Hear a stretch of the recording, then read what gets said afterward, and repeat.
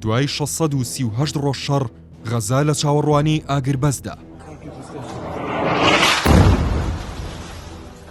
ئەمڕۆ 638 ڕۆژ بەسەر ئەو شەڕەدا تێدەپەڕێت کە 7 ئۆکتۆبەری 2023 لە غەزە دەستی پێکرد.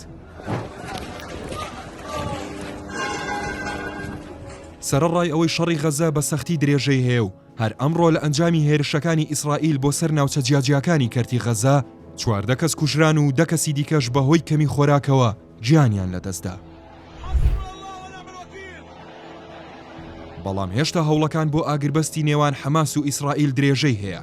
پێشتریش حەماس ڕایگەیاندبوو وەڵامی خۆی دەربارەی دانوستان و ئاگربەست ڕادەستی لایەنی نێوەنگیر کردووە. هەروەک حەماس ئامادەیی خۆی بۆ چوونە ناو دانوستان نیشاندا بوو، ترامپیش وەڵامی حەماسی بە هەنگاوێکی باش وەسف کرد. هاوکات سەرڕای وەڵامی ئیجابی حەماس بۆ پێشنیاری ئاگربەستێکی 6 ڕۆژە، بەڵام حەماس نیگەرانی خۆی نەشاردووەتەوە لەوەی ئاگربەستەکە لە جێبەجێکردندا ئاستەنجی بێتەڕێ. شیاوی باسا ڕێکەوتن نامەکە لە 13 خاڵ پێک دێت و بە نێوەنگیری سعودیە و قەتەر دەبێت. ترامپیش دەیەوێت پێش دیدار لەگەڵ نەتانیاهۆ لە 7 ئەم مانگە لە واشنگتن کۆسپەکانی بەردەم ڕێکەوتنەکە یەکلایی بکاتەوە.